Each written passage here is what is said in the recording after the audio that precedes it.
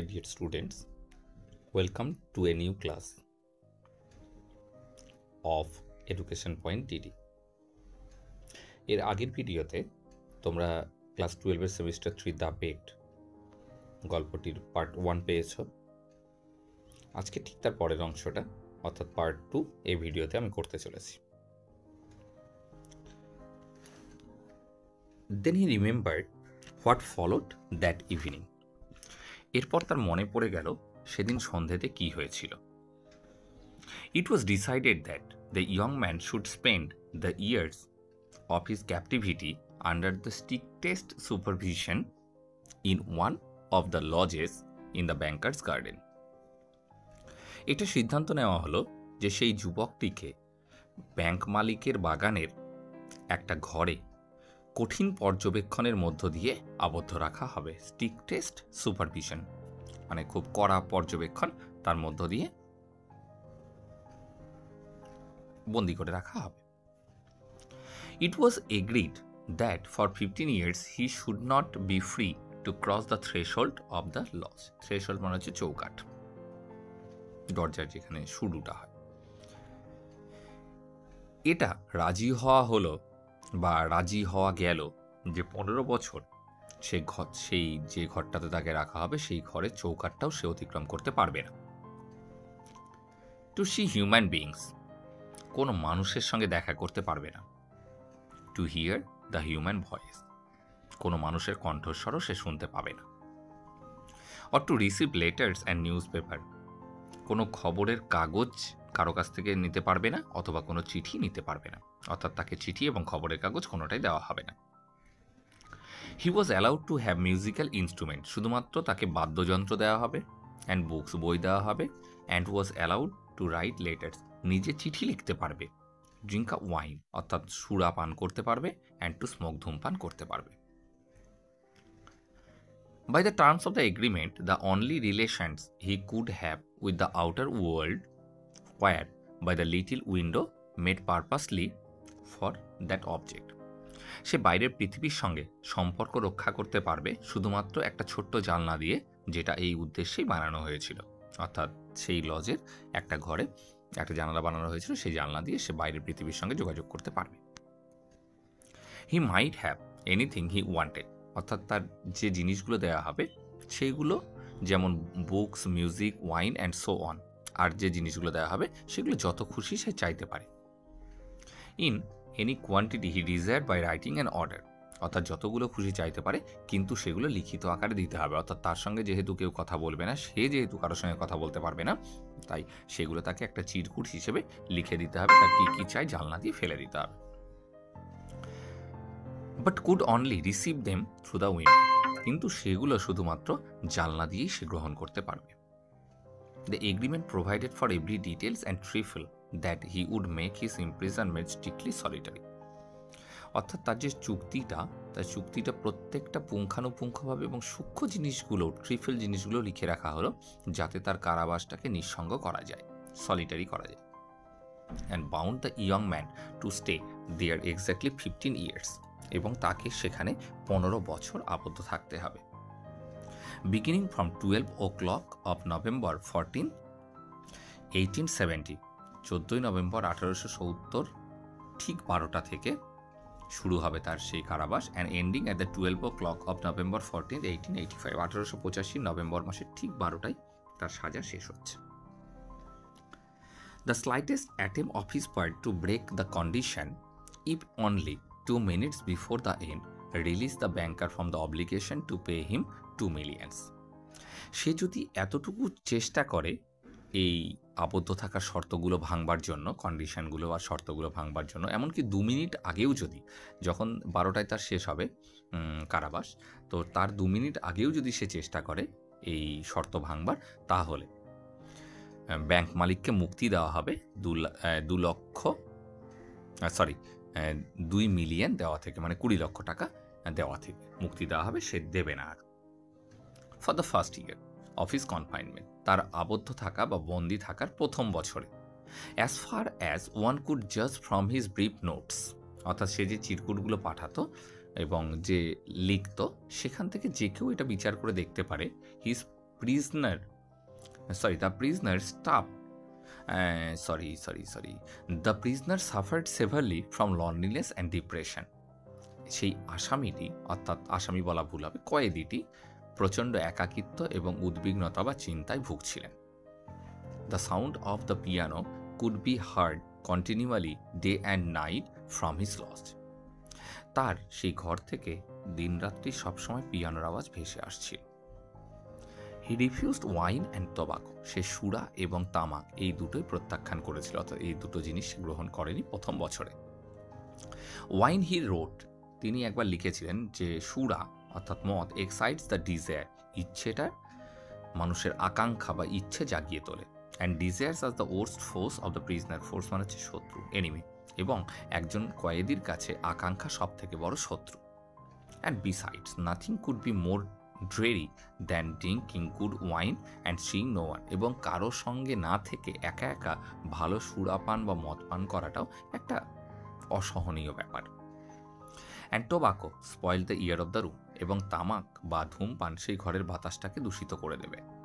The first year the books he sent for were principally of light characters, প্রথম বছর তাকে যে বইগুলো পাঠানো হয়েছিল সেগুলো হালকা চরিত্রের, novels with a complicated love plot, অর্থাৎ জটিল প্রেমের উপন্যাসগুলো, সেন্সেশনাল উত্তেজনামূলক অ্যান্ড ফ্যান্টাস্টিক স্টোরিজ, কল্পনামূলক গল্প, অ্যান্ড সো অন, আরও এই ধরনের অনেক গল্প বা লেখা পাঠানো হয়েছে।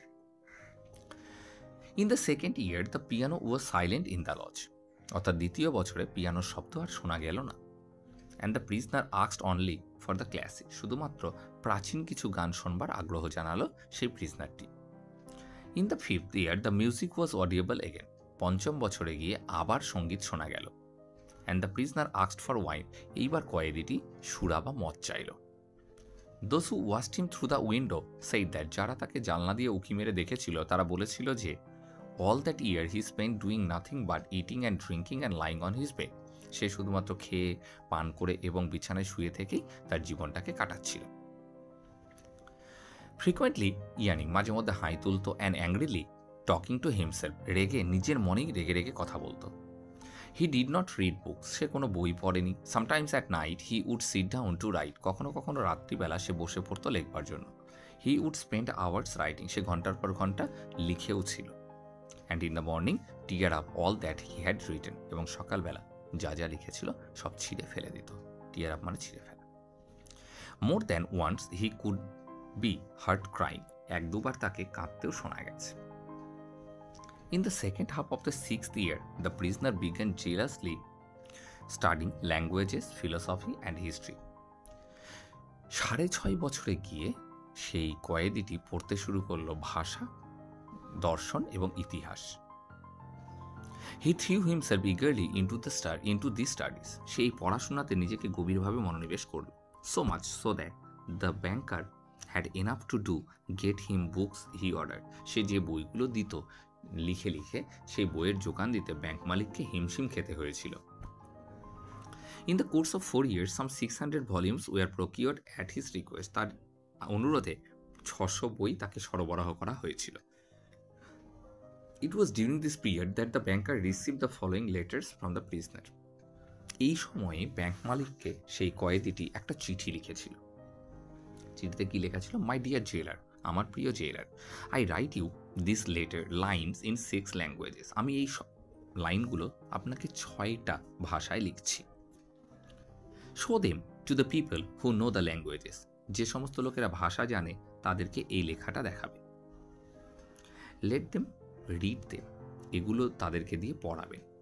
If they find not one mistake I implore you to fire a shot in the garden, এবং তারা যদি একটা ভুলও খুঁজে না পায় তাহলে আমি আপনার কাছে প্রার্থনা করছি আপনি বাগানে একটা গুলি ফাটাবেন।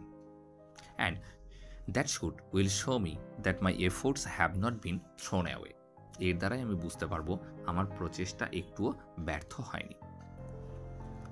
The genius of all ages and all land speak different language, বিভিন্ন যুগের এবং বিভিন্ন দেশের জ্ঞানীগুণী মানুষেরা বিভিন্ন ভাষায় কথা বলতেন।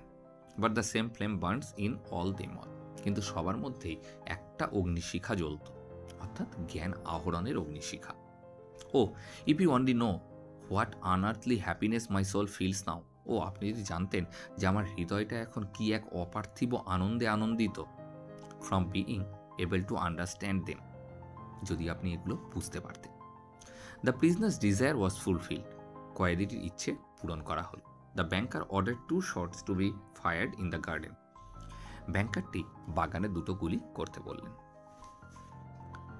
দেন আফটার দ্য 10th ইয়ার, তারপরে 10 বছর পরে, the prisoner sat immovable at the table, অনড়ভাবে অর্থাৎ মোশনলেসভাবে তার টেবিলের উপর বসেছিল সেই প্রিজনারটি।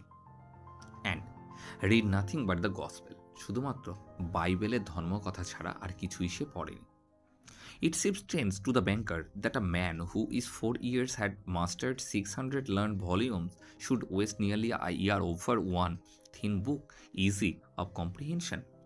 এবার ব্যাংক মালিক এটা ভেবে অবাক হয়ে গেল, যে লোকটা 4 বছরে 600খানা বই পড়ে একেবারে মাস্টার হয়ে গেছে, সে 1 বছর ধরে শুধুমাত্র এরকম পাতলা এবং খুব সহজে পড়া যায় এরকম একটা বই পড়ে কাটিয়ে দিল।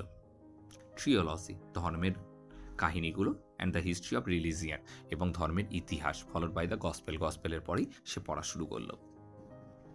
In the last 2 years of confinement, অর্থাৎ কারারুদ্ধের শেষ 2 বছরে, the prisoner red an immense quantity of books, প্রচুর পরিমাণে বই পড়া শুরু করলো কয়েদি, কোয়াইট ইনডিসক্রিমিনেটলি, কোনো ভেদাভেদ না করে, মানে কি বই পড়ছে, কোন বই পড়ছে, এরকম কোনো ভেদাভেদ নেই।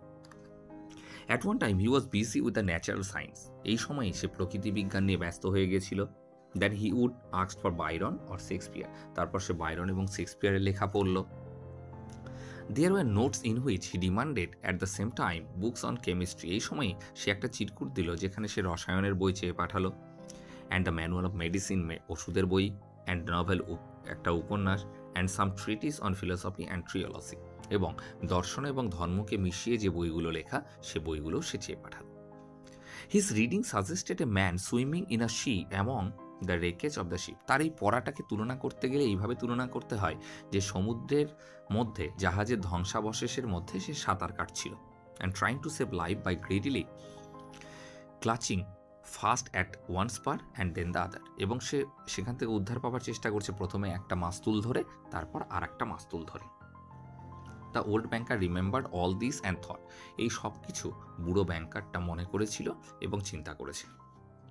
Tomorrow at 12 o'clock he will Regain his freedom, আগামীকাল 12টার সময় সে তার স্বাধীনতা ফিরে পাচ্ছে।